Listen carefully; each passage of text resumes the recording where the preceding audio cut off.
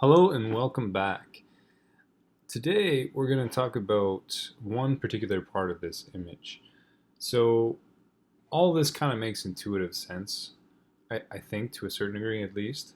Uh, it at least kind of works for the mind as far as giving an image to help us understand some things that are rather abstractly very quite difficult. But the one that's maybe the hardest to comprehend the whole idea of is this screen and the interplay between, like I say, the two different kinds of light that come into it, and what this world is. So today, what we're going to do is not so much try to explain every element of it, is take the screen itself and try to do a little bit better job of explaining exactly how this works, given different speakers other than the Course in Miracles. So there's been a lot of thinkers through time that have kind of at least danced around these ideas. It's really hard to get into this and to explain it well enough for everybody to understand, especially throughout time, because some of the analogies weren't there. But I'm going to kind of explain it through a couple key thinkers here. So, okay, so life's a stage. So we may think of this, we may have heard of it before, as being connoted with Shakespeare, and maybe you could take it just as an analogy. But I think if you really look at a lot of Shakespeare's work, and not necessarily everybody that looks into depth into his work will see the same thing, but for me, it seemed like there was, first of all, a lot of people talked about Shakespeare as being maybe a conglomerate of different writers and everything else. To me, that doesn't make any sense at all, because the depth from which he wrote from, not just the superficiality of like the amazing lexicon he had, or the just the sentence structure and the way it flowed. I mean, that's all amazing on its own. But if you really know, if you consider yourself a little more wise as to a lot of these conventional big ideas that, not, boy, that's the wrong way to put it, not conventional, but a lot of these ideas that very few seem to know, and the ones that resonated, the ideas seem to have been popular throughout time, not just at one time. These had really a follow through the generations, and I think Shakespeare definitely falls into that category. So his quote is very similar to one from ancient Greece, and I know ancient Greece a little bit. This connection though was taken from the Academy Ideas, so I want to give all credit to him. But it's something I want to mention again, even though he's already mentioned it fairly well. Is this Democritus quote? So Democritus, if some of you may or may not know, he was the first guy to come up with the atomism theory, and he had kind of this idea of these little tiny atoms that were one type of thing, and by convention, convention was a word used by a later thinker, but I think it was Galileo. But everything was kind of just like how we think of the periodic table of elements. Are these little atoms that add up together and they make different things by our convention and the way we experience them. But they're just atoms, and there's void. And that's kind of basically the way we see it right now, although many of us can say that space isn't void-like. But anyway, so he said, the world is a stage, life an entrance. You came, you saw, you went away. So Democritus, along with a lot of these pre-Socratics, so pre-Socratics meaning before Socrates, had a lot of these kind of ideas. And it's really interesting to me. We talked about a little bit of stuff in the Renaissance. Actually, that was my other channel. But people back then didn't see science as just studying something randomly happening in the world. Everything was connected, everything was supposed to represent something larger. So they really had sort of everything that was seen in the world was seen as a sort of centripetal, so meaning like everything came together with what they saw. The more they knew, the more they could really join everything. Whereas is science now, in general, has more of the opposite effect. So centrifugal, where everything is going out, everything is more entropy, everything is becoming more random, more all over the place, more chaotic. And this is the opposite, basically, of what many of the thinkers back then were thinking.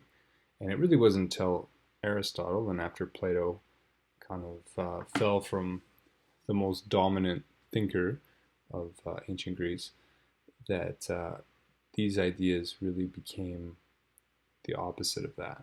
So we see a lot of these same ideas. Actually, that guy I talked about before, Empedocles, would had some ideas very similar to this as well. Let's talk about the world's a stage, the original actual quote. So you may or may not have read this before. All the world's a stage. Here, let's do this way. All the world's a stage, and all the men and women mere players. So already that sounds exactly like Democritus' quote. They have their exits and their entrances, and one man in his time plays many parts, and his acts being 7 ages. So, yes, he goes into talking about the different ages of man and how they work through each one, and it's like an act. And you could say that this is similar to just an analogy he could use for uh, just poetic purposes, I guess you could say. But I think the one that really gives away that he thought of it more than that was in Bottom's Dream. It's from A Midsummer's Night Dream. So, first of all, Midsummer's Night Dream was very a fascinating story. It really kind of isolated him as more of a mystic mind. And this quote, I think the whole thing was actually about the world being like a dream. And that's something that's a little bit hard to defend. But it's maybe not as much of a stretch as some people may think. I'll give you this as maybe my best example as far as me saying that. So we'll start it right here. God's my life stolen. So this is after Bottom. Bottom was one of the characters that was going to be in a big play. So again, we can see these associations with actors and the situations that they go into in the world. And Bottom was kind of not a smart guy, not really a. He was really well intentioned and really enthusiastic, but took himself a little too seriously. And that is a theme that you can get a lot in Shakespeare's writing: is people that take themselves too seriously in the world, and actors being a little bit dramatic is sort of a theme that we get a lot in Shakespeare. So this is after he woke up, after he went through some kind of magical things that happened in the forest, and there was fairies, and he was turned into partly a donkey. So he had the head of a donkey, and he had the fairy queen fall. You really just have to read it. But needless to say, like, if I could put it as simple as possible, he had a crazy night, and he woke up in the morning, and he just was wondering whether it was all a dream. So this is what he says. He says, God's my life stolen hence and left me asleep. I've had the most rare vision. I've had a dream, past the wit of man to say what that dream it was. Man is but an ass if he goes about to expound his dream. Methought I was, there is no man that can tell what. Methought I was, methought I had. But man is a patch fool if he will offer to say what methought I had.